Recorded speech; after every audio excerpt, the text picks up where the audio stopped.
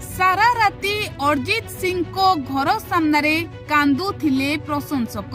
आउ गीत गाइबेनी अरिजित सिंह। प्लेबैक संगीतरू संन्यास नेले अरिजित सिंह।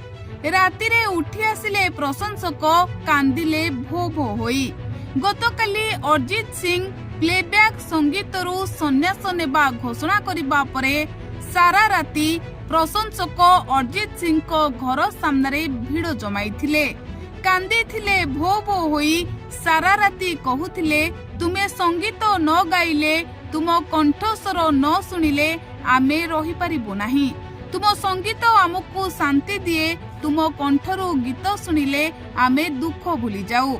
आउ एमिति एक चरम निष्पत्ति नेई आमको दुख दियो नाही। आउ एहा परे अरिजित सिंह बुझाइथिले प्रशंसक माननको, फिल्म रे आउ सुनिबाको मिलिबनी आइकॉनिक प्लेबैक सिंगर अरिजित को स्वर। निज कंठस्वर रे दर्शकों को करिबेनी मनोरंजन। गोटिए घोषणा रे पूरा संगीत जगत को स्तब्ध कर देइछंती अरिजित सिंह।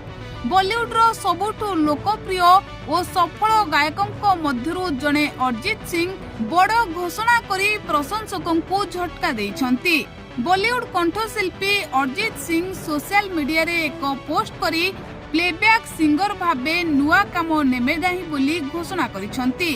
इंस्टाग्राम रे शेयर करिथिबा एक पोस्ट रे अरिजित सिंह लिखिछंती, नमस्कार आपण माननकु समस्तंकु नूतन वर्षर शुभेच्छा।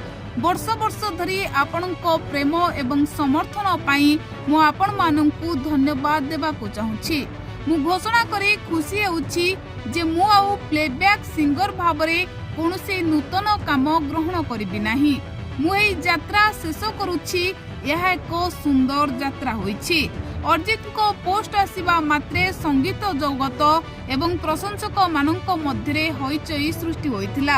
आउ यहाँ परे अरिजित कहिथिले से निजे गीत तैयारी करिवे, आउ से संगीतरू दूरे जिबे नाही।